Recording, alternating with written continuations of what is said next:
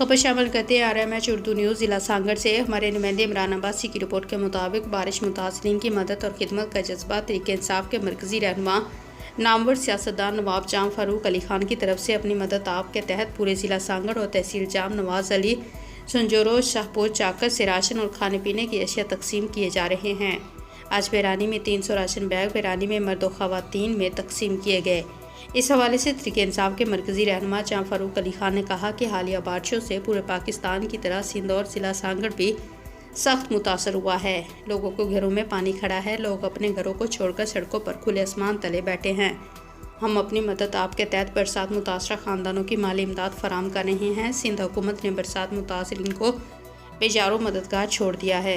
लोग सड़कों पर अपने बुजुर्ग, मर्द, ख़वातीन और बच्चों के साथ सख्त मुश्किलात वाली ज़िंदगी गुजारने पर मजबूर हैं।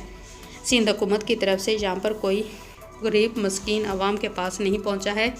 इस मुश्किल वक्त में हम गरीब मस्कीन आवाम को अकेला नहीं छोड़ेंगे। हमारी कोशिश होगी कि हम बारिश मुतासरीन को अपने घरों में आबाद करें। इस मौके पर PTI के अली मर्दान राजपूत, साबका नाज़िम इरफान राजपूत, गुलाम शबीर माशूक और दीगर मौजूद थे।